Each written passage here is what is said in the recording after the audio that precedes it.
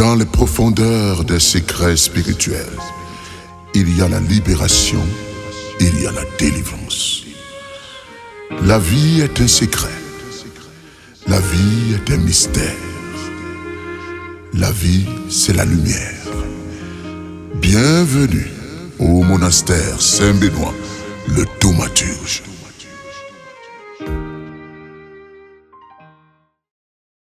Quand c'est l'heure, c'est l'heure. Avant l'heure, c'est l'heure. Pendant l'heure, c'est l'heure. Après l'heure, ce n'est plus l'heure.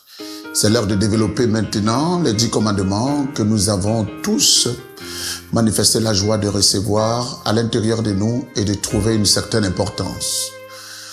Je viens comme l'apôtre Paul, comme l'apôtre Pierre, comme tous ces grands hommes de Dieu qui ont œuvré pour développer et manifester la grandeur de Dieu dans la vie des uns et des autres.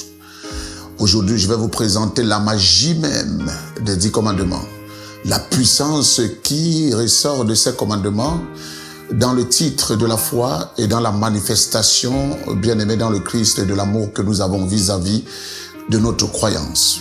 Nous allons développer chaque commandement pour que vous puissiez trouver le minimum de ce que vous attendez de Dieu dans ces commandements, en sachant que ces commandements sont d'une très grande puissance qui puisse se développer, délivrer, sanctifier, rendre nous les sanctifier le méfait diabolique et surtout ouvrir les portes de tout un chacun. Les 10 commandements nous révèlent la réelle présence de Dieu dans l'émotion de la discipline et de la loi. Ainsi parle l'Éternel. Premier commandement. Tu adoreras Dieu seul et tu l'aimeras plus que tout. Ce commandement bien-aimé dans le Christ nous amène à aimer Dieu, à manifester la grandeur de Dieu en toutes choses et à savoir que c'est Dieu qui est le créateur de toutes choses. Nous ne sommes que des créatures et nous manifestons la création dans la lumière active de celui qui nous a permis de vivre et qui a soufflé en nous son amour. Vous le savez tous que le Seigneur, après avoir pris la mode de terre, il a soufflé dans la mode de terre. Cela signifie qu'il est entré dans nous et nous permet maintenant, bien-aimés dans le Christ, de manifester sa puissance en le glorifiant, mais surtout, bien-aimés dans le Christ, en respectant la valeur du premier commandement qui nous fait entrer dans la gloire de Dieu. Le premier commandement étant donc ce grand commandement de la miséricorde, de la connaissance de Dieu, de l'amour de Dieu pour ceux qui aiment Dieu et qui participent à la grandeur de Dieu. Dieu se fait miséricordieux.